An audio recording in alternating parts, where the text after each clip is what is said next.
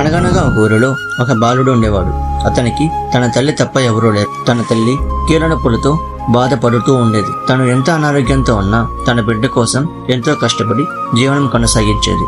తన తల్లి అలా బాధపడటం ఆ బాలుడు చూస్తున్నా ఏం చేయలేని పరిస్థితి. అలా ఒకరోజు ఆ బాలుడు సాయంత్రం ఆడుకుంటూ ఉండగా అతనికి ఒక బంగారు ఈక కనిపిస్తుంది. ఆ బాలుడు ఆశ్చర్యంతో ఆ ఈకను చూస్తుండగా ఆ ఈకలోంచి ఇలా శబ్దం వస్తుంది, నువ్వు ఒక కోరిక కోరుకో, నేను తీరుస్తాను అని. అప్పుడు ఆ బాలుడికి తన తల్లి అనారోగ్యం గుర్తొస్తుంది. వెంటనే ఆ బాలుడు తన తల్లి కీళ్ళనొప్పులు పోవాలని కోరుకుంటాడు. అప్పుడు ఆ బంగారు ఈక సరే అని సమాధానమిస్తుంది. అలా ఆ రోజు ఇంటికి వెళ్లి నిద్రపోతాడు.